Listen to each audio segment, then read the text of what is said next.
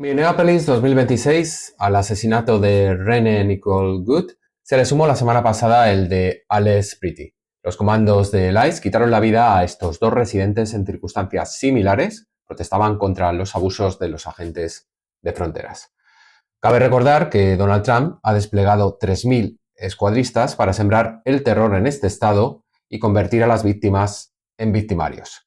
Las personas cuyas vidas fueron arrebatadas resultaron deshumanizadas y difamadas por el comandante en jefe de los Estados Unidos, por la corte de Donald Trump y por sus medios afines. Sin ningún rubor, se refieren a estas víctimas como delincuentes o pistoleros, ni aunque fuera así, le restaría gravedad a los hechos. Pero resulta que ni Good ni Pretty lo eran. Miles de agentes siguen persiguiendo a la población migrante hasta los domicilios de quienes llegaron a los Estados Unidos como foráneos, acosándolos en los colegios que frecuentan o los negocios que atienden e incluso en los consulados donde tienen que hacer las gestiones oportunas. Más de 30 personas murieron cuando eran custodiados por la policía migratoria en 2025. No conocemos sus nombres, como son los casos de René Nicole Good y Alex Pretty. La novedad con respecto a los últimos asesinados por los escuadrones del ICE es que los uniformados ya no tienen piedad con los blancos, con aquellos blancos que ejercen profesiones liberales, que predican el pacifismo y tienen conciencia. Las redadas del Servicio de Inmigración y Control de Aduanas tienen como objetivo llevar el pánico a las calles de los Estados Unidos. No se trata de fallos puntuales ni de casos aislados. No hay otro protocolo que el de amedrentar, pues los agentes del ICE tienen los mismos propósitos desde que se crearon a comienzos de siglo. Es cierto que en sus inicios ejercieron toda su violencia contra la población migrante, sobre todo la de origen musulmán. Ahora lo hacen con más intensidad y extienden su represión a aquellas personas concienciadas, como estamos apuntando. El proyecto de Trump y sus élites avanza.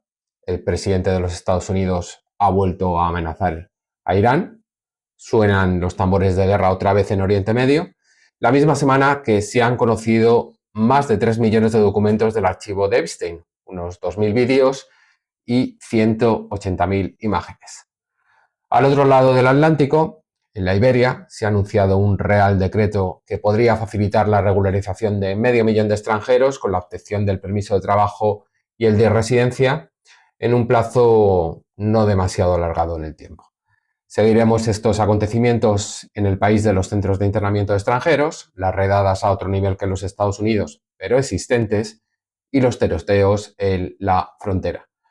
También el país de países desde donde hacemos este podcast es fuente de solidaridad y lucha. Durante más de un lustro, un grupo nutrido de militantes se movilizaron para llevar 700.000 firmas al Congreso con el fin de cumplir con los requisitos que impone la iniciativa legislativa popular en España. Hoy se consigue este avance, que facilitará la regularización, como estamos diciendo, presuntamente a cientos de miles de migrantes, y con toda la cautela consideramos que es motivo de celebración. Bienvenidos, bienvenidas al camarote del Transatlántico. Les saluda José Luis Torremocha Martín, en compañía del dueño del timón, del guía, de nuestro capitán Yamani Dovmi. Pues nada, gracias. Seguimos navegando en las mismas aguas que la semana pasada. Parece que no vamos a salir del continente americano y de Norteamérica, No o vamos tal a vez ni salir. del Mississippi, No en todo vamos lo a que va salir. de año. De hecho, hoy nos estamos adentrando todavía más y vamos hacia casi a la frontera de Estados Unidos con Canadá, a Minnesota.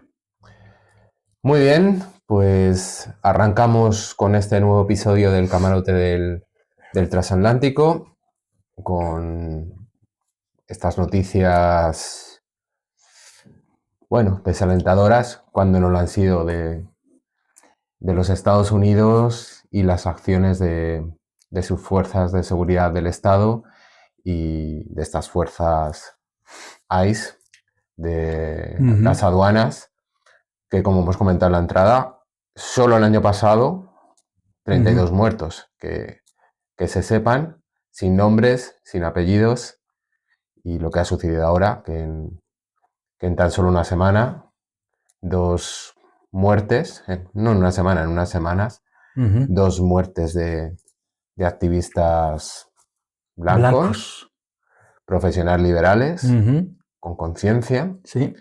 pues han hecho, al parecer, que en Minneapolis la gente despierte. Bueno, no sé cómo explicarlo. Es curioso y a la vez es desalentador. Por supuesto, desalentador para las víctimas. Es una práctica, desde luego, más que denunciable. No obstante, hay que hacer a mi juicio, hay que hacer un énfasis. Como bien has señalado, el ICE no es producto, no se creó ayer con Trump. Lleva ejerciendo su labor desde hace muchos años. Y hay que decir que incluso con Obama ejerció bastante violencia contra las personas migrantes, contra las migrantes. No obstante, es ahora cuando todo el mundo se entera y es ahora cuando todo el mundo parece ser que ya no el ICE ha salido digamos, se ha convertido en Ha comenzado a existir en los medios de comunicación, sobre todo de aquí. Sí, efectivamente. De hecho, estoy absolutamente convencido que muchísima gente no sabía de la Agencia Estatal de Migración y Aduanas, y Control de Aduanas, que es el ICE, salvo por las películas, que a veces se nombraba en las películas agentes de inmigración, ¿no? Pero sin más. Pero de repente la gente se lleva las manos a la cabeza, la gente empieza a pensar, incluso empezamos a ver fotos de su comandante operativo, creo que se llama Bovino, con su indumentaria que nos recuerda, y su saludo que nos recuerda a cierta época, ¿no? ¿Y por qué? Cabría pensar por qué. Si en la entrada hemos dicho que, si no me equivoco, 5 personas han muerto bajo custodia, 5 personas inmigrantes han muerto bajo custodia de la agencia, pero solo pasa a ser noticia cuando asesina a 2 blancos.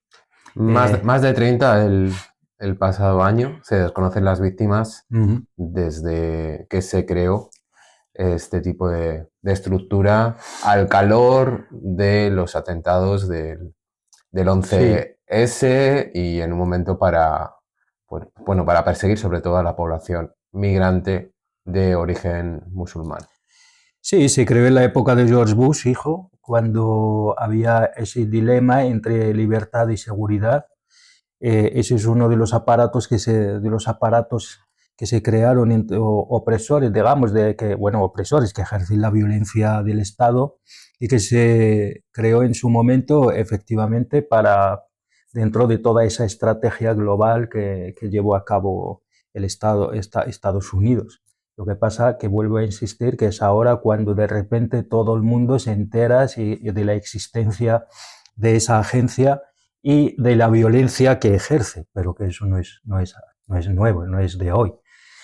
También cabe señalar, y eso es verdad, que con Trump este año pasó de tener, creo, si no me equivoco, 8.000 millones de presupuesto, a tener hoy 32.000 millones de presupuesto. Hay muchos estados, muchos países en el mundo cuyo presupuesto en defensa no llega a esa cifra. Y además pasó de 10.000 agentes a 22.000 en menos de nada. Curiosamente, muchos de ellos se presentaron voluntariamente. Eso también nos habla del tipo de personas que forman esa por decirlo de algún modo, esa agencia. ¿Es una policía política o toda la policía es política? Toda la política, toda la policía es política a medida debido a su función. La policía es uno de los órganos que, como hemos dicho, que ejerce la violencia y que ejerce el monopolio de la violencia, llamémosla legítima, del Estado. Y como la agencia, o sea, la ICE, al fin y al cabo, es uno de los aparatos policiales, queramos o no, sí, perfectamente es político. ¿Qué pasa? Que es verdad que en este caso se podría decir que es doblemente política, en el sentido de que, en su sentido tradicional, que todo aparato del Estado policial acaba ejerciendo la violencia y en nombre del Estado, y el Estado es una organización política. ¿Qué pasa con esta agencia? El ICE es, al fin y al cabo, por lo que estamos viendo, es mucho más ideologizado, en el sentido de que es bastante más alineado con los ideales trumpistas. Por lo tanto, se podría decir que es, por un lado, político, es agencia política por el sentido tradicional, y por otro, es agencia política en el sentido sectario. Estamos hablando de unas fuerzas de seguridad del Estado, ¿no?, que el comandante jefe de los Estados Unidos, el presidente Donald Trump, está utilizando contra un gobierno que considera hostil. Bueno, y primeramente contra las personas que residen allí con fines políticos, como hemos dicho, pero es fuerzas de seguridad del Estado contra un Estado dentro del mismo Estado. ¿Cómo se puede leer esto, Yamani? ¿Como una avanzada hacia el régimen liberal que está construyendo Donald Trump? ¿Como una crisis del Estado? ¿Como un hecho parcial? Bueno, Barbara Taylor nos habla de un sistema. Por cierto, Barbara Taylor es experta en guerras civiles.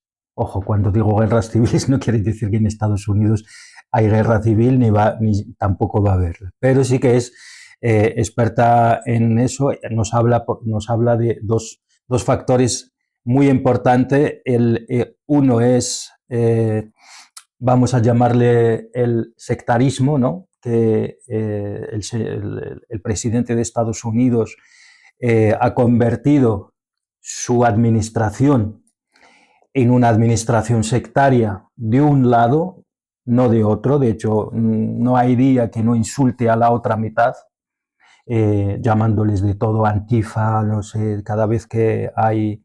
de hecho, cuando asesinaron a Preti, directamente, perdón, creo que a Nicole Wood, enseguida lo llamaron terrorismo doméstico. O sea que incluso salió el vicepresidente J.D. Vance a decir que, bueno, que la gente que había asesinado a Nicole Wood estaba perfectamente protegido, estaba en el ejercicio de sus funciones, por lo tanto no había ningún problema. Enseguida salió la secretaria de Estado de Seguridad a decir que lo que había pasado es terrorismo doméstico, y que la culpa última, de hecho, todo lo que es la corte de Trump salió en trompa, y cuando digo la corte de Trump, incluso los medios de comunicación afines salieron a echarle la culpa a esta señora y a Preti también. Preti sacaron incluso unas imágenes de una trifulca que tuvo tiempo anterior para convertir a la víctima en victimario. Claro, salieron en trompa, a defender que el único que podía haber evitado el asesinato era la propia víctima. Por lo tanto, pues digamos que nos habla de eso. En Estados Unidos ahora mismo posiblemente estamos viviendo, según Barbara Taylor, una cosa, el nombre es horrible, ¿vale? Es una cosa que se llama anocracia.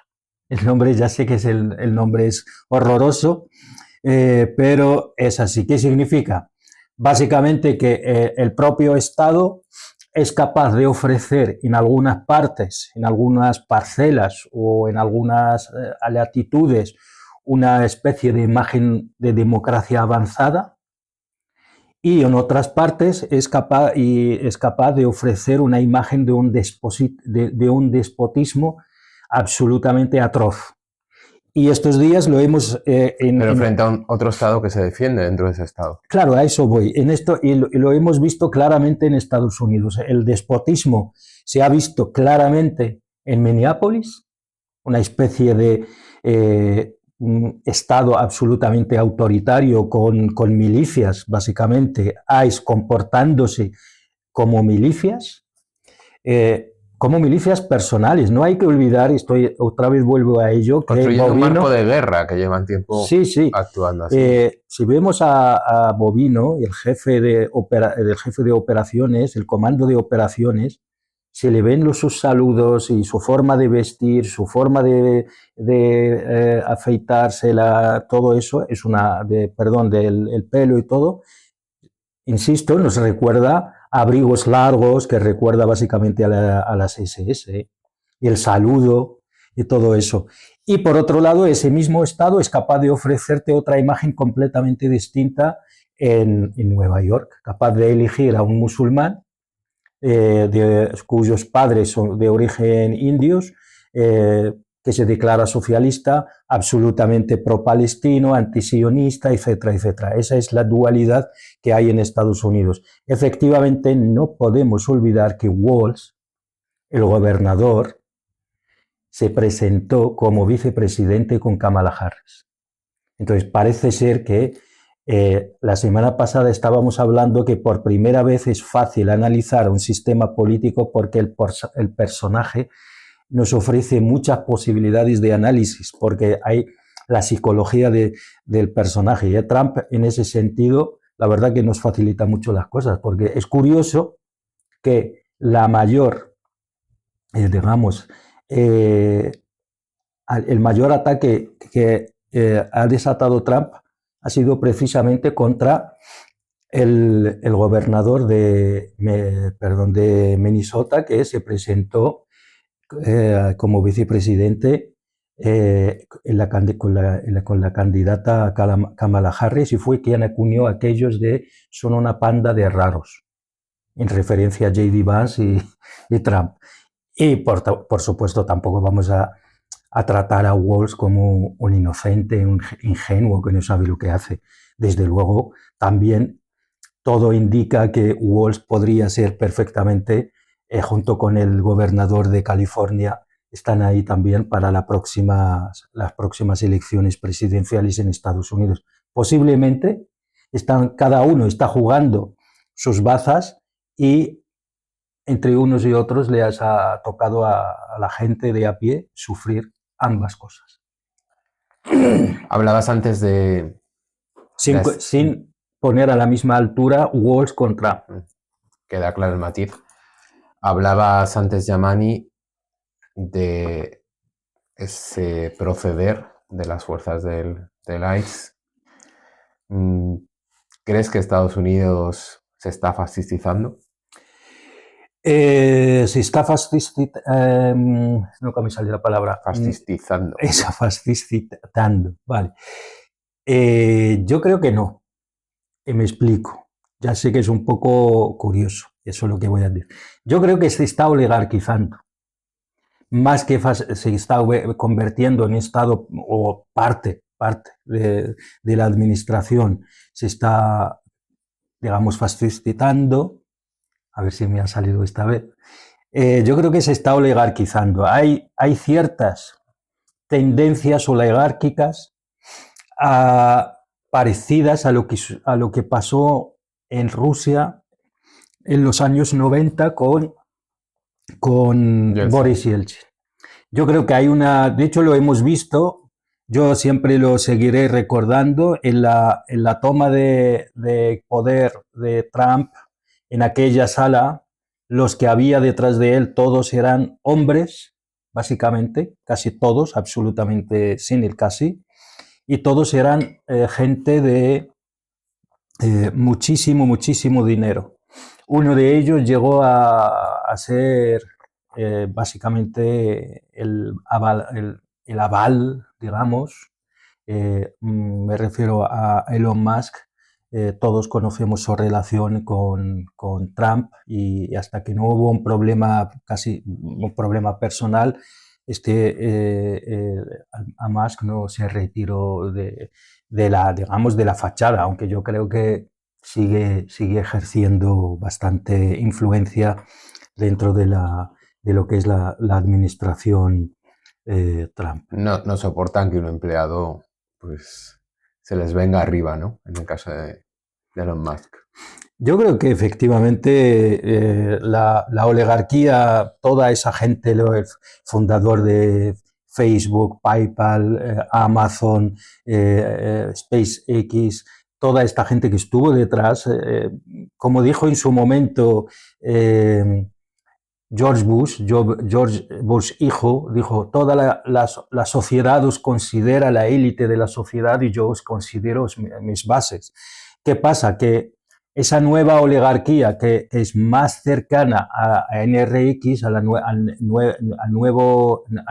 reacción, oscura. la ilustración oscura, el anarcocapitalismo, otra vez otro nombre horroroso, porque el anarquismo es ligarlo con el capitalismo me parece horroroso, pero bueno, así se Pero llama. es que cuando se hacen llamar libertarios, eso es todavía mucho más claro, todo ese capitalismo atroz que ya solo solo vale la ganancia y sin importar nada, el neofeudalismo y todo eso, yo creo que esta gente tiene una visión diferente a lo que son los oligarcas clásicos, digamos, los poderosos clásicos tradicionales de tipo Ford o tipo Microsoft, Bill Gates o Steve Jobs y toda esta gente, porque estos sí que producían algo. Muchos de los que están ahora en realidad no producen nada, no, solo parasitan a aquellos que producen. Tomemos ejemplo de Jeff Bezos. ¿Alguien sabe lo que produce Jeff Bezos? Salvo poner en contacto el productor y el vendedor. Ese es el capital, como lo llama ya Varoufakis, el capital en la nube, ¿no? Entonces, pues toda esta gente creo que no soportan el hecho de que efectivamente que a alguien se les puede revelar.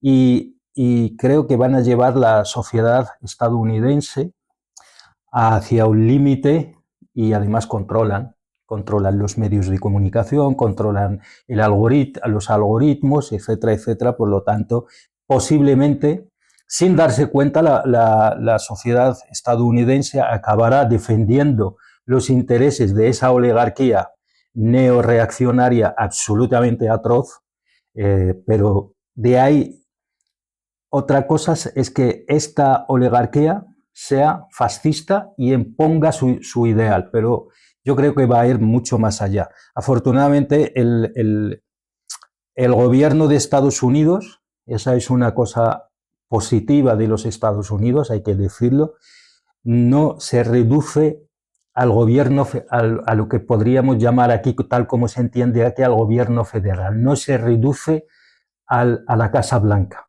propiamente, esa es la frase. El gobierno de Estados Unidos no se reduce a la Casa Blanca.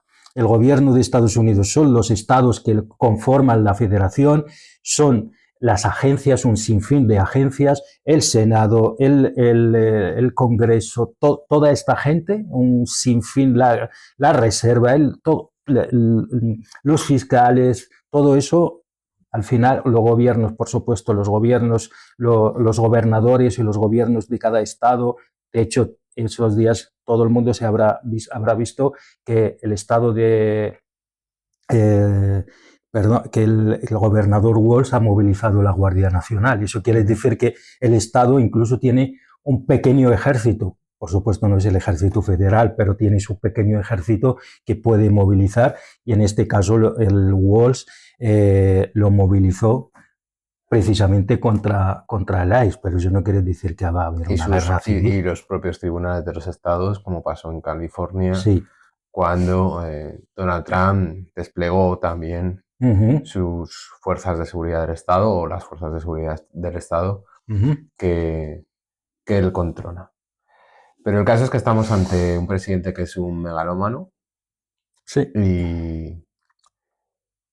Y que parece que está en una serie de aprietos, Sí, en lo que se refiere a su popularidad y la legitimidad que desearía tener, porque realmente económicamente a los Estados Unidos, a la gente que se levanta todos los días para sacar adelante su vida, cumplir con sus gastos, cumplir con sus obligaciones, no les está yendo mejor. Hemos hablado reiteradamente de la fecha que para nosotros es clave, que es noviembre, donde sí. va a haber recambio de cámaras. ¿Qué puede pasar hasta noviembre? Parece que va a seguir esta oleada de violencia, ¿no? Estos picos que suben y bajan. Donald Trump parece que ahora está reculando, por lo menos de cara ante la opinión pública, porque tal vez no se esperaba que decenas de miles de personas en Minneapolis, con unas temperaturas que dicen de 20 grados bajo cero, salieran a la calle como han salido. Bueno, esto por un lado. Pero yo sinceramente pienso que lo que ha pasado en Minnesota, Minneapolis, no ha cambiado mucho, entre otras cosas, porque Trump sabe que ese estado lo tiene perdido. Porque tradicionalmente, creo que lleva votando demócrata desde los finales de los 70. O sea, ahí los republicanos no tienen nada, ni los tradicionales, ni el republicanismo tradicional, ni Pero está aplicando ya una lógica de guerra, de sentarse a jugar al Riggs y decir, es que esta es la última pieza que me falta a mi puzzle, o una de las últimas, y voy con todo. Puede ser, no hay que descartar nada. Yo creo que Trump, ya conocemos su estilo, no vamos tampoco te voy a llevar la contraria en eso. No obstante, yo creo que el tema que ha hecho recular a Trump es una posible rebelión dentro de las filas republicanas. Hay senadores... Esa es otra. Hay un tema muy interesante, que es el tema de las armas. Porque en el caso de Pretty, él tenía un arma en el coche. Entonces, incluso la Asociación Nacional del Rifle y estas organizaciones dicen, bueno, ¿qué pasa aquí? Es que nosotros no hemos dicho que alguien no puede ir a una manifestación armado, sino es el uso del arma. Y creo que esto encaja en lo que quieres decir, o parte de lo que quieres decir, que hay una parte de los republicanos que esto no les cuadra de cara a mantener sus privilegios y el status quo que ellos defienden. Ha salido la secretaria de Estado de Seguridad a decir que, bueno, que aquello de portar armas era horroroso y que Pretty había cometido un error muy grave llevando consigo su arma encima autorizada, o sea que tenía todos los permisos que se pueden tener en Estados Unidos. ¿Qué pasa? Pero de lo que no se estaba dando cuenta el gabinete de Trump es que estaba yendo en contra de la segunda enmienda, que para los estadounidenses es como básicamente Dios, después de decir hágase la luz, dijo hágase la segunda enmienda. Y por lo tanto es imposible de esto. Ha salido un sinfín de medios que se leen única y exclusivamente en los entornos de derecha, de ultraderecha trumpista. Como Reason, ha salido una asociación que nosotros conocemos mucho aquí en este país, conocemos mucho, NRA, la Asociación Nacional del Rifle, que es absolutamente en contra de lo que ha dicho el gabinete de Trump, aquello de que sin nombrarlo. Que por el hecho de tener, que es lo que defienden ellos, un arma, eso no quiere decir eso efectivamente nada. salieron absolutamente todas las organizaciones de derechas y de defensa de portar armas en Estados Unidos a decir que eso precisamente no podía haberlo dicho el gabinete de Trump, porque eso va en contra de la segunda enmienda. Gun Owners of America también es otra asociación también muy grande, no llega al tamaño de NRA, pero también es una de las más grandes, también salió. Curiosamente, todos han salido a defender la segunda enmienda, pero nunca defendieron a Prete, ¿eh? No, tampoco vamos a decir, una cosa es defender la segunda enmienda, el derecho a portar armas, y otra a defender... No se puede criminalizar, según ellos, a alguien que porte un arma. Sí, pero esa es la esencia. La esencia es el derecho a portar armas, no el derecho de Prete a vivir, a protestar y vivir, que es el derecho a la vida. Para ellos eso, el derecho a la vida para ellos es sagrado, pero de otra manera. Pero ese es en términos, parafraseando a Milei, es un zurdo. Vamos a decir la palabra que suele asociar a zurdo. Sí, ya, no lo vamos a decir, pero es un zurdo que ha merecido lo que le ha pasado. Lo que pasa que coincidió con que este señor portaba arma, que es en Estados Unidos es un derecho sagrado.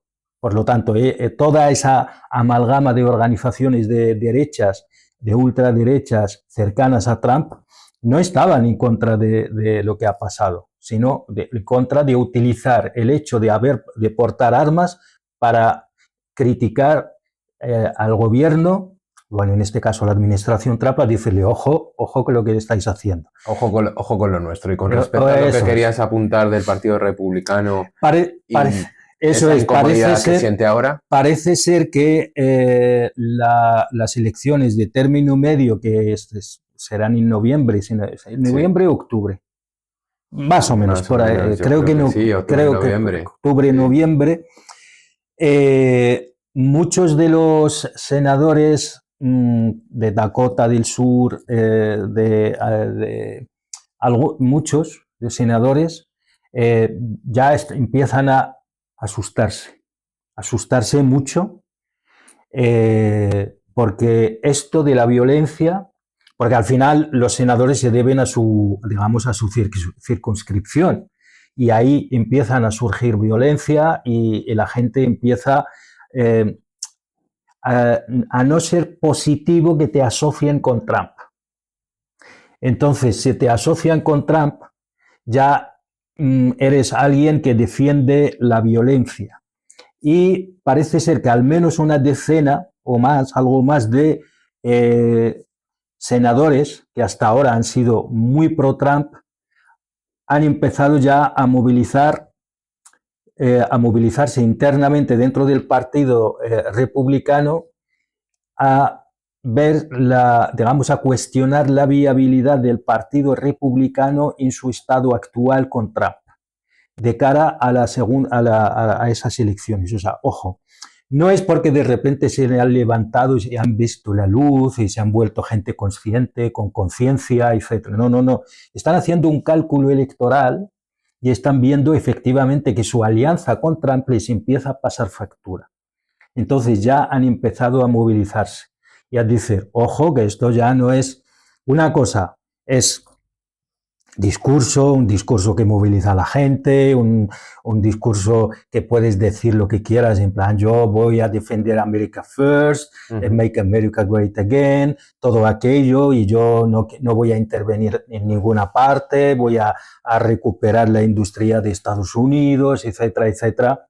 Pero otra cosa es atacar a tus aliados, sembrar el caos en tu país, etc. Lo cual esto ya son palabras mayores, amenazar a Canadá, que muchos de los estados, de los senadores de republicanos, cuyos estados tienen frontera con Canadá y viven del comercio con Canadá. Entonces, amenazar a Canadá con que te voy a invadir, un día amenazando a Canadá, otro día amenazando a sus aliados europeos, aunque los aliados europeos posiblemente han hecho para ganarlo y tal. Creo que aquí ya hemos hablado mucho de lo que pasa en Europa.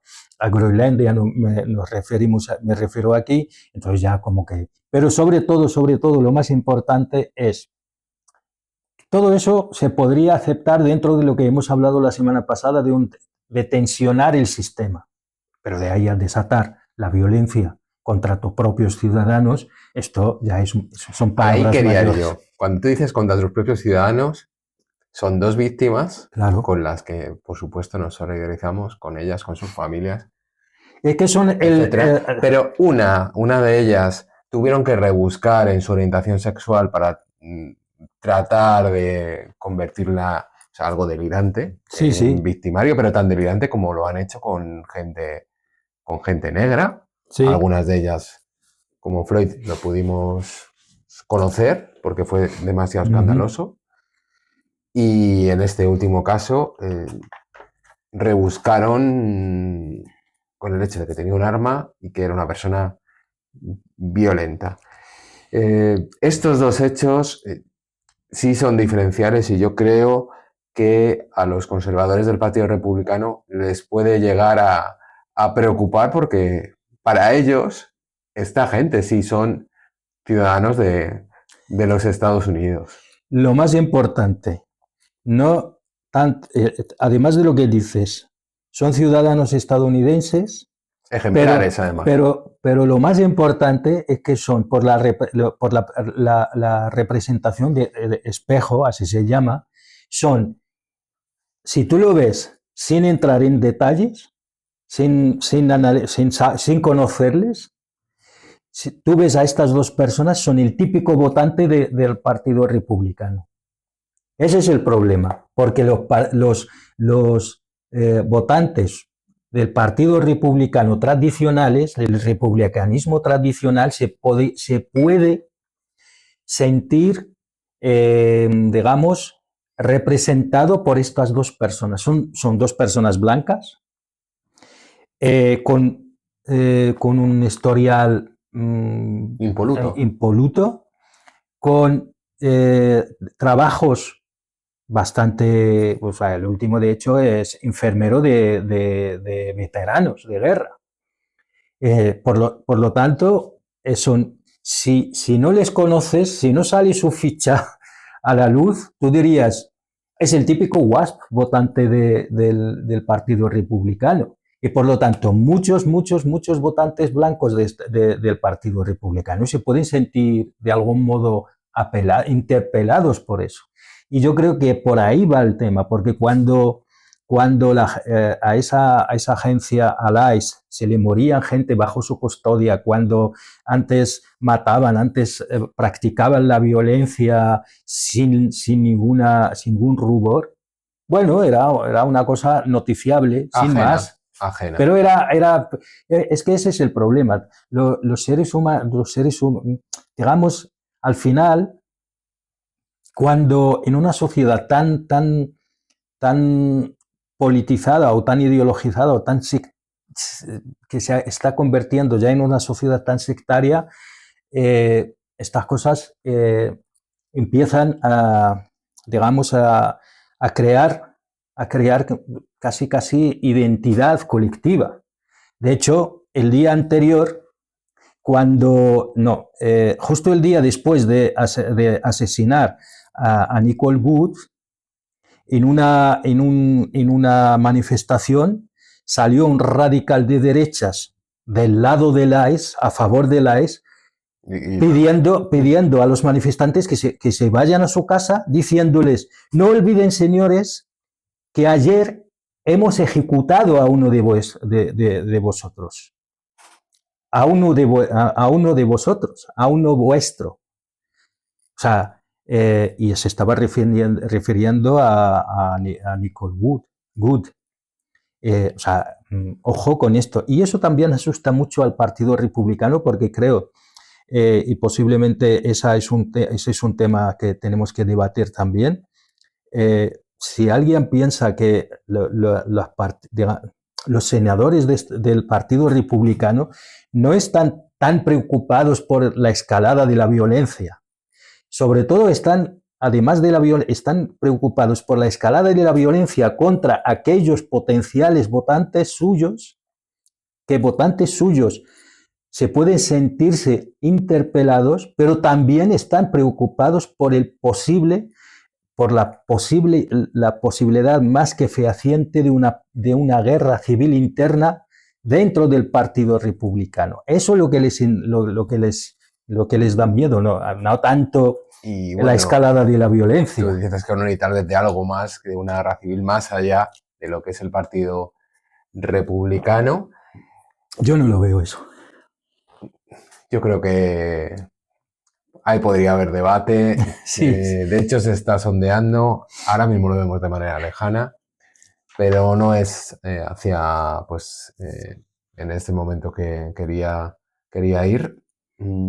Estos últimos hechos, estos 2 asesinatos, podemos decir que ha sido una pasada de frenada en el aviso a navegantes que quiere hacer esta administración a la hora de decir, como paséis esta línea, ya no vamos a ir solo por aquellos militantes antifascistas, racializados, etcétera, sino que cualquiera que me discuta puede acabar como estas 2 personas. ¿Crees que ha sido una pasada de frenada? Yo creo que más que una pasada, puede ser una pasada de frenada. Convenimos que no es nada casual. No, hay una orden directa. Ni un error individual. No, un error puede ser una vez, pero cuando la misma secuencia se repite en los dos casos, porque la primera, esa hasta la que conocemos, las 2 que conocemos porque por su circunstancia o porque coincidió con que había vídeos y porque no estaban bajo custodia, estaban en la vía pública.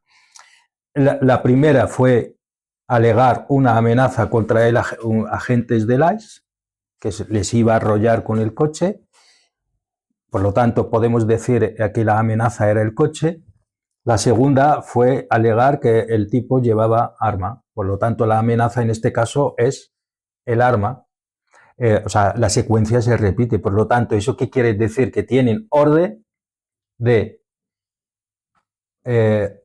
tirar a matar y después preguntar. O sea, eso es una orden. Se supone que son gente entrenada, se supone que son gente que soporta el estrés. También puede ser que debido al enorme aumento de los efectivos, puede que se haya entrado algún fascista radical que... Bueno, o que a la enorme entrada de los efectivos genera más violencia también. Claro que sí. Aunque no haya problemas. Pero el hecho de 32.000 millones, el aumento brutal del presupuesto, el aumento brutal de efectivos de los medios, etcétera, etcétera, también eso te da, como agente, me imagino que les da una especie de imaginario colectivo de impunidad. Y hay órdenes, me imagino que, estoy básicamente convencido de que hay órdenes de, oye, que aquí, hasta aquí hemos llegado, aquí hay que ser tajantes y duros. Seguramente sí, o sea, eso no lo descarto. El hecho de que han asesinado a dos personas de la misma manera, pues eso es un indicador. Con consecuencias que ahora mismo no sabemos hacia dónde van a ir, pero solemos apuntar, el proyecto de Trump no es el proyecto de una persona que esté loca, sino que no da punzadas sin hilo. No, hombre, no. Posiblemente lo que pretende Trump con toda esa violencia desatada es que la cosa vaya más. Posiblemente su gabinete está intentando convencerle de rebajar un poco el tono y lo han conseguido, porque después de anunciar después de la campaña brutal que han hecho contra Preti, de repente han rebajado un poco, han dicho que iban a investigar e incluso ha mandado ahí amor a sus familiares.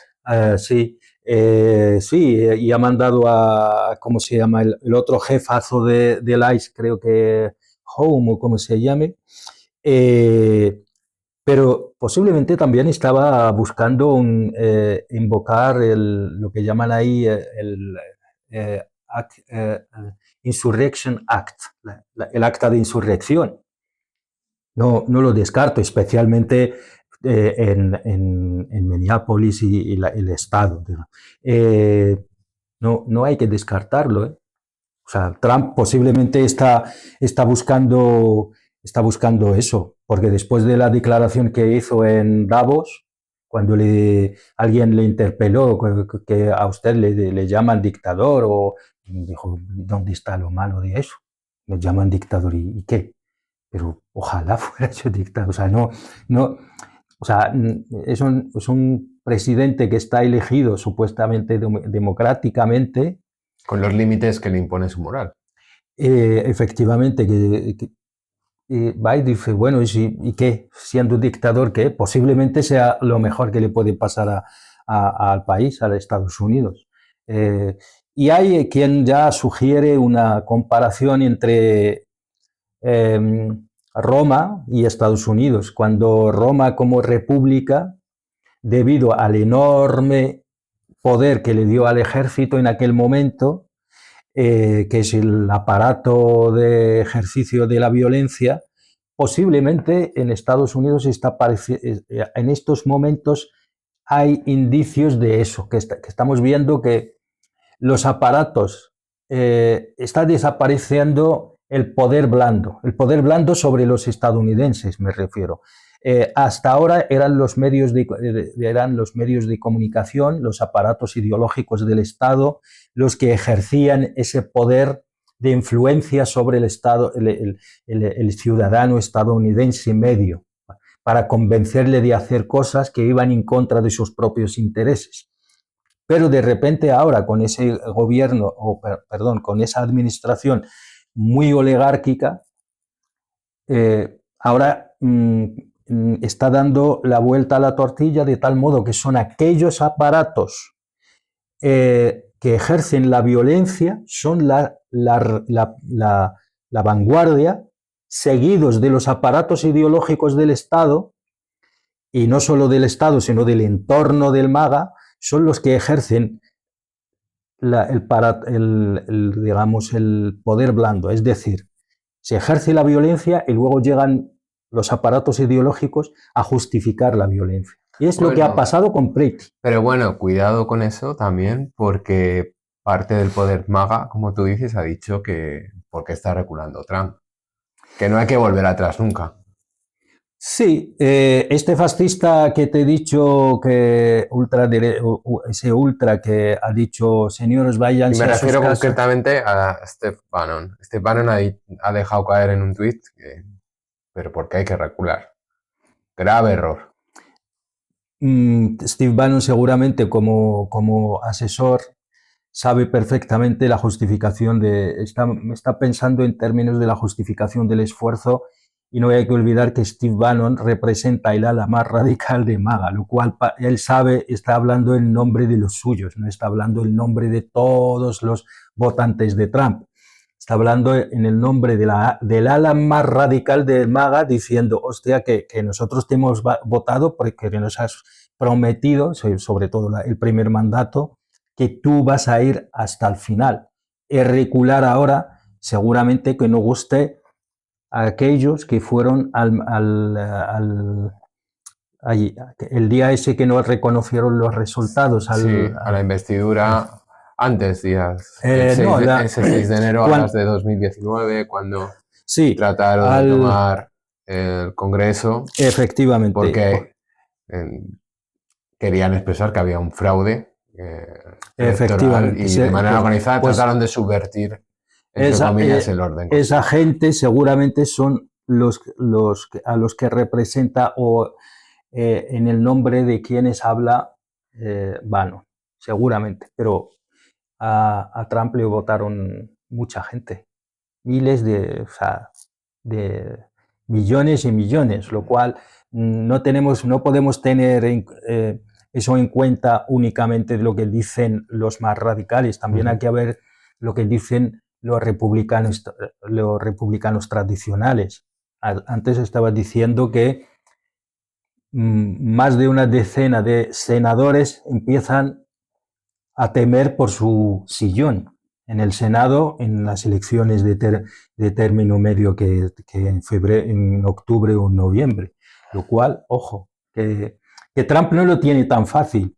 Y con todo eso, lo que ha salido además con el tema de los documentos de Epstein, es otra incertidumbre más a lo que está eso le sucediendo. añade mucha presión, lo cual Trump, que el hombre podría aspirar a ser el presidente que cambió la faz política la interfaz política de Estados Unidos, pero ojo, que puede acabar mal también. Y no hay nada mejor en una situación de tensión interior en los Estados Unidos. No es el único que lo ha hecho, Sí. el único presidente que, sí. que ha ideado una guerra o ha agitado la política exterior con su ejército. Parece Trump empeñado en que se cumplan tus pronósticos, no deseados por supuesto, y ya vuelve a amenazar a Irán y a mover sus portaaviones hacia allá. Bueno, sí, eso no es el primero, el primero que lo usa, efectivamente. Cuando las cosas te van muy mal a la interna, pues lo mejor que puedes hacer es buscar una válvula de escape hacia afuera. Entonces, todo el mundo se alinea contigo porque la nación está en peligro. No hay nada mejor. Esto lo hemos visto con George Bush, hijo. Tras el 11S había un debate muy acalorado sobre libertad o seguridad tras la ley que hizo en aquel momento George Bush de, creo que antiterrorista, que era un retroceso enorme en términos de derechos. Y eso generó una discusión en Estados Unidos muy fuerte de estamos perdiendo nuestra libertad a favor de la seguridad. Entonces, eso generó mucha discusión interna y de hecho dividió la sociedad estadounidense, aunque no al nivel de ahora. Ojo cuando digo la libertad en Estados Unidos. El pueblo estadounidense, sobre todo los blancos, tienen una forma diferente de pensar la libertad. Y me refiero, nosotros cuando pensamos la libertad desde este lado del charco, pues pensamos en cosas muy concretas. Libertad de expresión, bueno, algunos deberían tener primero la libertad de pensar antes de expresar, pero bueno, etcétera. Cosas muy concretas. Pero cuando en Estados Unidos se habla de la libertad, se habla del modo de vida de Estados Unidos, del estadounidense. Que ahora mismo está en crisis. Claro, el modo de vida de Estados Unidos significa el modo capitalista de vivir, el modo de poder consumir, poder aportar armas, pero esto todo, una serie de cosas que el estadounidense como ciudadano y como mejor dicho, como ciudadano, en eso vamos a masculinizarlo mucho. Tienen derecho de conducir un coche enorme, aunque la gasolina vale no sé cuántos dólares al galón y aunque contamines sin fin y tal y cual, pero ese es mi modo de vivir, ese es el modo de vivir de Estados Unidos. El sueño americano, si yo he logrado eso, lo tengo que vivir y tengo que demostrarlo. También tiene mucho que ver con Max Weber, aquello del capitalismo, el protestantismo, ¿no? De si yo soy rico es porque lo merezco y porque lo merezco porque Dios me quiere.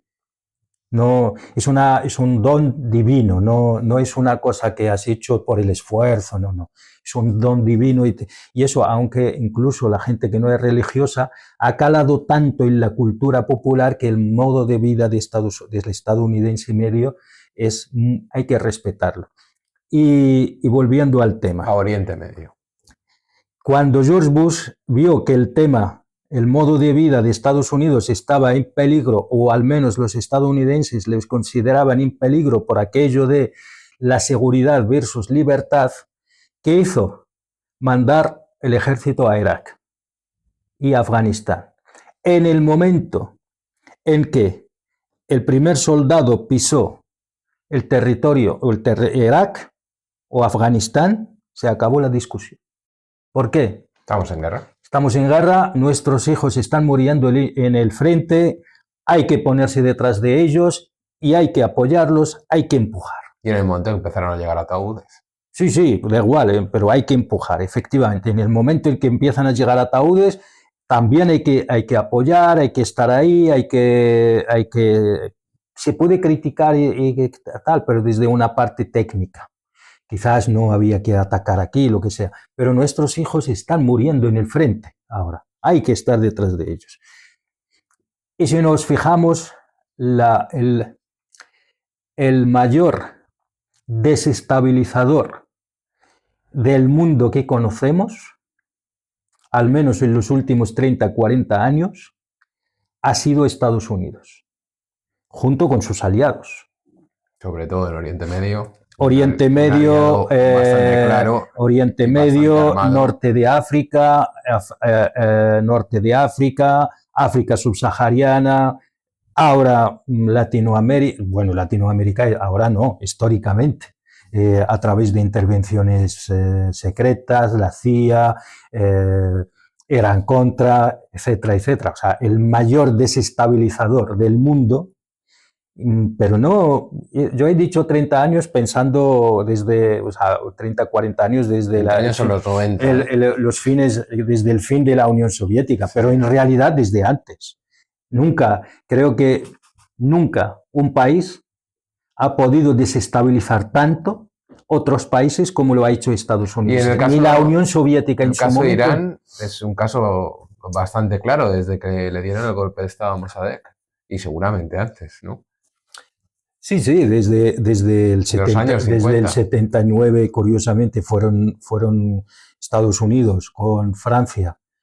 Se estaba dando una revolución que no se sabía hacia dónde podía ir en Irán en aquel momento.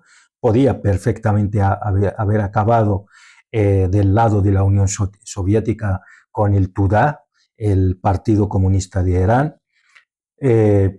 Los occidentales, con Francia y Estados Unidos a la cabeza, se dieron cuenta enseguida, de un día, en 2, 3 meses, se sacaron un tipo que estaba exiliado en Francia que nadie conocía, un tal Khomeini, Ayatollah Khomeini, que nadie conocía. De hecho, los propios iraníes, salvo los que estaban muy metidos en los círculos chiitas dentro de la militancia chií, de carácter muy, muy doctrinal, no le conocían.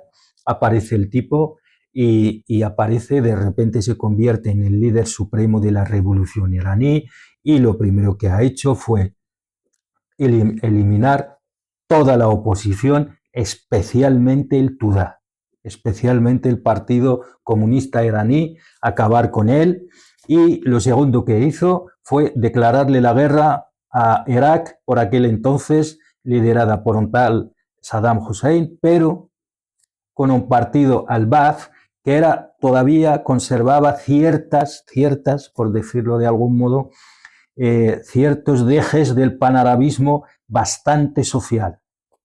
Y curiosamente, pues 8 años de guerra entre los dos países. Además que acabaron... Cabe apuntar que Estados Unidos y la entidad sionista de Israel trataron de desestabilizar la zona apoyando a unos y otros en distintos periodos con una lógica de que se maten entre ellos y que continúe la guerra. Como también decir que Irán apoyó en la caída de Saddam Hussein a los Estados Unidos. Hombre, pues Irán, claro, tenía todos los intereses habidos y por haber en Irak, perdón, claro, porque el 70% de la población iraquí es chiita y estaban fuera de los resortes del poder, completamente fuera de los resortes del poder. Y no hay que olvidar que los lugares más sagrados del chiismo están en Irak. O sea, por lo tanto, lógicamente, y muchos de los líderes espirituales, incluso para los iraníes, líderes chiitas, incluso para los iraníes, están en Irak. O sea, y el origen espiritual y fundamental y la fundación del chiismo se produjo en Irak, no en Irán. Irán vino más tarde. Y es que el asesinato de Hassan y el Hussein, los hijos de Ali, por eso se llaman chiitas, porque son seguidores de Ali, fue ahí en Irak. Y de ahí se produjo aquello de seguidores de Ali. De ahí el chiismo. El chiismo en árabe no significa nada raro. De hecho, viene de un verbo que es seguidor de Ali. No lo voy a decir así en árabe, si quieres lo digo, Tashayya ule Ali, o sea, lo cual es un movimiento político doctrinal. La semana pasada estuvimos diciendo aquí que Irán es un sistema doctrinal, un sistema político doctrinal, no tiene nada que ver con Irak, que ya había perdido todo tipo, ya se había convertido en una oligarquía, en un clan familiar, tribal. De hecho, Saddam Hussein en sus últimos años se había apoyado en su clan tribal para mantenerse en el poder. Lo mismo hizo Bashar al-Assad, que no tanto en su clan tribal, sino en su clan doctrinal. Se apoyó mucho en los alawíes. Volviendo a Irán, pues yo sigo sosteniendo que va a haber guerra. ¿Qué pasa? Que es verdad que Estados Unidos lo ha demostrado. O sea, siempre hemos hablado de Trump como que Trump es un perro ladrador, pero cuando el otro perro le ladra, se echa atrás. Empieza a decir, uy, esto ya no es... esto lo hemos visto claramente, por ejemplo, con los hutíes, que le destrozaron unos cuantos destructores, y si no me equivoco, incluso un portaaviones. Le mandaron unos cuantos destructores que estaban en la zona, en el mar Arábigo, al taller, y siguieron incluso atacando a la entidad sionista en su territorio, y dijeron, uy, esto ya son palabras mayores, vamos a tranquilizar un poquito la cosa, mientras con los europeos ya hemos visto cómo los trata. Pero yo creo que también Estados Unidos es así, no solo es Trump. Estados Unidos, cuando ve a algún adversario o enemigo, tal como lo consideran ellos, fuerte y que les puede sostener la mirada, lo piensan mucho, porque al fin y al cabo detrás del Pentágono hay gente que piensa, hay gente que entiende de guerras y entiende de conflictos, porque han participado en muchos y saben de lo que va eso. Entonces, Irán, por cierto, acaba de declarar que el día 1 y 2 de febrero van a hacer maniobras militares con munición real en el estrecho de Hormuz. Y eso es un claro, eso viene después de hacer maniobras con China y Rusia. La semana pasada, si no me equivoco... O sea, que están entrando en la sala donde está el botón nuclear que ellos tienen, sí, llamado Estrecho de Hormuz. Exacto. Que ya no es un mensaje solo a los Estados Unidos. Exacto. China, sabemos ya que al menos una decena o más, creo que 12 aviones o más o sea, aviones grandes militares han aterrizado en Teherán. Todo indica que con material militar. Estoy diciendo 10, pero yo creo que han sido mucho más. Si no me equivoco, creo que han sido 26 aviones militares de logística militar. Han aterrizado chinos, han aterrizado en Teherán. Y absolutamente todo indica que Irán está recibiendo apoyo militar y logístico por parte de China. Rusia, estoy absolutamente convencido, aunque Rusia lo hace con cierta discreción, porque creo que China ha pasado ya directamente a declararse, digamos, a hacerse ver. No a declarar nada, pero a hacerse ver, con mensajes ya claros. Yo también estoy aquí. Y mandar, primero ayudaron a Irán a desactivar Starlink, y en su guerra electrónica, y ahora le están mandando aviones que nadie sabe lo que llevan. Nadie sabe lo que contienen sus bodegas. Pero son aviones militares. que aterrizan en Irán. China yo creo que está mandando un mensaje claro a Estados Unidos. Mi intuición me dice que le está... o sea, el mensaje puede ser que no voy a abandonar no mis aliados. Que esto no es Venezuela. Efectivamente, no voy a mandar mis aliados. Y el de Rusia, aliados. Imaginamos que va en la misma línea. Exactamente. El 20% del petróleo mundial pasa por Hormuz. Una cantidad enorme de ese petróleo va a China. China es el mayor consumidor de energía del mundo, sabe que necesita la energía, sabe que necesita el petróleo iraní y está mandando un mensaje clarísimo a Estados Unidos. El hemisferio occidental es tuyo, aunque de cara a la galería. Estoy seguro que por debajo hay mucho movimiento. Perfecto. Este hemisferio creo que te lo voy a reclamar, creo, y te lo hago ver. Tampoco debemos olvidar que la semana pasada el dólar cayó muchísimo, de hecho perdió mucho frente al euro, y el yen japonés, que está asociado al dólar, cayó enormemente y hubo que hacer una operación coordinada entre la Reserva Federal y el Banco Central japonés para rescatar el yen. Sabemos la relación y la alianza que hay comercial y es que Japón básicamente es la extensión de Estados Unidos en el Pacífico. Junto con Corea del Sur. Exacto. Y han tenido que hacer una operación coordinada para rescatar el yen, porque con la caída del yen posiblemente el dólar también sufría mucho. De hecho, el dólar ya había sufrido. Pues seguiremos analizando y bueno, informando a quienes no se hayan enterado de cómo aumenta la tensión en Oriente Medio. Y ya para cerrar, Yamani, volvemos a Iberia, volvemos al Mediterráneo, a esta parte, al otro lado, ¿no? del Atlántico.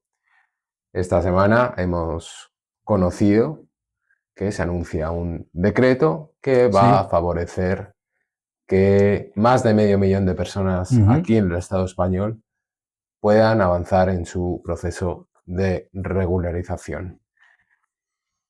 Estamos también en una lucha de narrativas pues muy interesante. La derecha seguramente cuando gobierne pues no se desdicirá porque se caerá en el olvido, pero junto a la patronal y la conferencia episcopal aprueban este proceso de regularización. Independientemente de todo esto, y antes de escuchar tu valoración, yo creo que hay que sobre todo saludar y felicitar a la gente que lo ha luchado recogiendo firmas. Son más de 5 años que se lo han peleado en las calles, solicitando a toda persona que veían que firmaran por una facilitación de la regularización. Y ojo, que esto nos está hablando por una nueva ley de extranjería. Así que va para ellas y va para ellos pues nuestro abrazo y nuestra felicitación. Pero como siempre, desde la frialdad del análisis, somos cautelosos y prudentes en la felicitación. Sí, destacar el ridículo que está haciendo la derecha, pero un ridículo brutal, porque lo primero que hicieron fue salir corriendo a la Comisión Europea para decirles, el PP y Vox, para luego decirles lo que ya se sabía. O sea, eso es una política interna de los estados, y la Comisión Europea no va a entrar ahí, más allá del control fronterizo y todo lo que queramos. Bueno, pues les ha venido a decir no hagáis más el ridículo, volved y peleadlo en vuestro país. Esto por un lado. Por otro... Da la sensación de que yo creo que están hartos del Estado español, que llevan todas las cuestiones internas al Parlamento Europeo para tratar de instalar una narrativa, ¿no? Sí, sí. Hoy también creo que Feijóo anunció que va a llevar no sé qué cosa a la Unión Europea para que lo investigue. Sí, sí, perdón, el accidente de Adamov. O sea, cuando la derecha no tiene programa, pues como no tiene programa en realidad, pues eso es lo que hay. ¿Sabes por qué? Y aquí va mi análisis, donde quería yo llegar. ¿Y sabes por qué la derecha de este país no tiene programa? Porque se lo quitó el PSOE, porque aquí el verdadero partido de derecha, por decirlo de algún modo, derecha moderada, vamos a decir moderada, es el PSOE. No es el PP, porque el PP es, de verdad que yo creo que el PP es una veleta, y no solo el PP de este señor Feijóo, pero que llevamos viviendo años con este partido, que es una imbecilidad de partido. O sea, Feijóo ya no sé qué pinta ahí. Tiene en Madrid a Vox. O sea, me refiero, sé lo que digo, ¿eh? Tiene a Madrid, el Partido Popular de Madrid es Vox, liderado por otra persona bueno, que no una señora que está muy preocupada por quién le pone las cañas, ¿eh? Eso cuidado. Está pasada el día. Que afecta a esta y además, gente además vive. Que se quiere regularizar, ¿no? Que quiere sí, tener derechos. Exacto. Pero es que además es una señora que sabemos que vive de eso sabéis mucho más que yo, vive del ecosistema mediático que ha creado. Sin ese ecosistema hemos contribuido quienes no votamos por ella y quienes votan por ella porque es dinero público. Claro, eso, o sea, que está regando el dinero público por los medios afines, de lo contrario no duraría ni un día. Me interesa muchísimo también cómo se gestionó desde el PSOE el tema de la regularización. Como buen partido de derecha moderada, sabe que este tema de la inmigración no le favorece electoralmente y se lo regala a Podemos. Directamente le regala todo a Podemos. De hecho, los medios de comunicación afines, tradicionalmente afines al PSOE, que se presupone que son afines al PSOE y al status quo más que el PSOE, han salido a decir literalmente una regularización que ha peleado Podemos. Y mi pregunta es, yo de verdad no tengo la respuesta. ¿Dónde está Sumar en toda esa operación? Ha desaparecido. O sea, Sumar no existe. Sumar estaba en las operaciones del Ministerio de Trabajo peleando por un aumento del salario y un acuerdo con los sindicatos, ¿no? Ministerios, sindicatos, pero parece más una respuesta hasta avanzadilla mediática de los que antes fueron sus socios, de disputarse el mismo espacio, que estuvieran en eso y descuidaran lo otro. Sí. Yo lo que creo, Yamani, y si quieres ahora sigues, es que el Partido Socialista Obrero Español es el que tiene la baraja en este momento, aunque esté frágil, y siempre sabe repartir.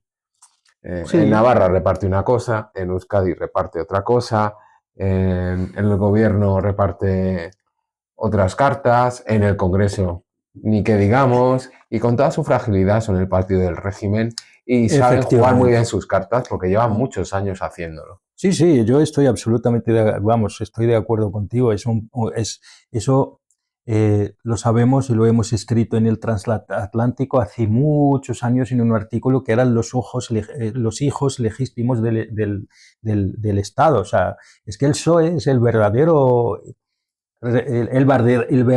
partido del régimen del 78 y del Estado y la arquitectura institucional que resultó de aquello, porque el Partido Popular, para empezar, por aquel entonces no existía, y en segundo lugar, con el liderazgo que tiene, es que no tiene nada. Y luego Vox defiende lo que defiende, sabemos lo que defiende, entonces esta vez ha ido lejos. Su portavoz en el Parlamento, señora Millán, ha ido incluso de Santiago Abascal a hablar de la teoría de la sustitución y estas cosas, son unas cosas ya delirantes. Ya bueno, no tiene Abascal lo ha dicho, pero ya que el Partido Popular, un partido del Estado que le va a tocar gobernar en algún momento, diga que esto se hace para que nacionalizar a migrantes y voten al PSOE. Pero fíjate tú que lo que ha pasado, de hecho el Partido Popular antes de ayer presenta esto ante la Unión Europea, la Comisión Europea. La Comisión le dice... Con la patronal, perdona, y la conferencia episcopal a favor, que esos sí, son los aliados naturales de Hombre, ellos. si yo fuese empresario también estaría contento, estaría feliz, y ahora te explico el porqué, mi opinión. El Partido Popular lo lleva a la Comisión Europea junto con Vox. Mal vamos, porque ya estás en el mismo marco, que la gente te va a relacionar con esto.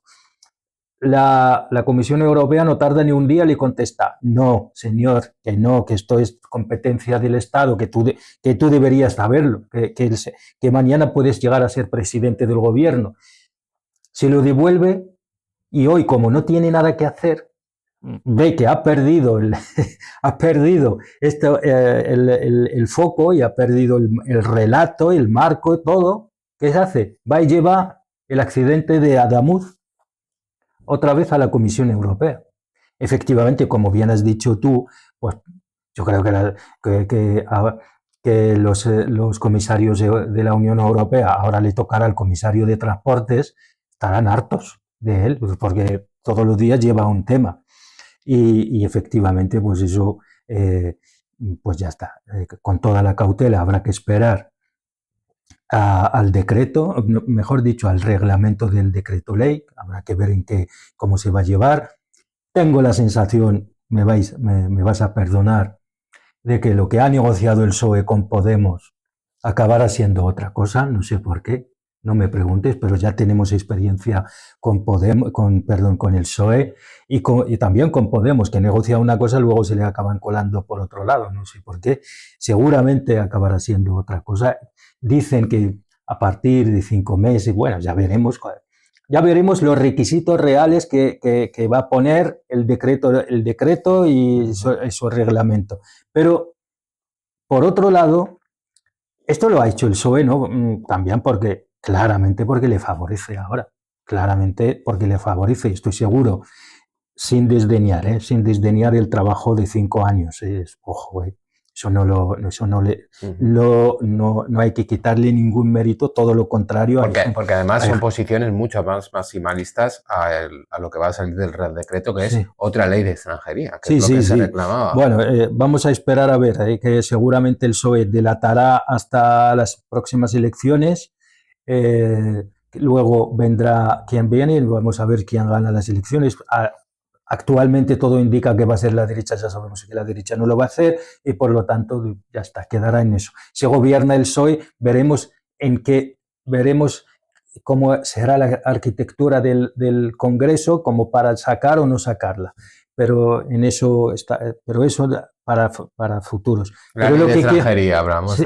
Sí, hablo de la ley de extranjería, porque cambiarla no es tan fácil y encima a lo mejor la cambia a la derecha y estamos en peor situación. Ya lo ha hecho anteriormente. Efectivamente. Pero volviendo a la regularización actual, porque se está haciendo dentro de eso, y a mi juicio, hay una que seguramente la gente que lo ha hecho, pues con esto ya tienen más que ganado, por decirlo de algún modo, el cielo. Pero ojo, que se está haciendo dentro del marco legal actual que no deja de estar relacionada con el puesto de trabajo. O sea, que estamos en el marco de te voy a dar la residencia de un año, pero luego vas a seguir dependiendo de tu puesto de trabajo. Entonces, siempre dentro de la misma lógica, siempre la misma lógica de te regularizo porque tienes el puesto de trabajo y si no tienes el año que viene, si no conservas el puesto de trabajo o si no has cotizado X tiempo, pues pierdes la residencia y volvemos otra vez. Sin embargo, hay que decir que, bueno, hay que felicitar a toda la gente que lo luchó a cualquier nivel. Decir eso desde aquí, nosotros que ya tenemos esa parte resuelta, al menos en mi caso, que también pasé por algo no tan duro, pero sí que sé lo que significa pedir la residencia, aunque en mi caso fue mucho más fácil, seguramente sacar a mucha gente que ahora mismo no puede salir a la calle tranquila. Salir a la calle y poder buscar trabajo y trabajar tranquilo es un avance enorme que hay que felicitar a la gente que lo ha hecho posible y con esto termino. Pues muy bien, muchas gracias por acompañarnos hoy en el Transatlántico, nuestro camarote, el camarote del Transatlántico. Les invitamos a que nos sigan en nuestras redes. Tenemos toda la información volcada en nuestra web transatlántico.org y no nos cansamos de navegar. También queremos saber sus reflexiones y compartir las inquietudes de quienes nos siguen y de otras personas que no nos siguen todavía. Que pases una buena semana. Yamani, ¿algo que quieras agregar para cerrar? No, nada, seguir, no, sino que nos veremos la semana que viene. Muy claro, ¿eh? Habías tenido un cierre anterior colosal que lo vamos a tratar de difundir en las redes. Que pasen una feliz semana. Hasta la próxima.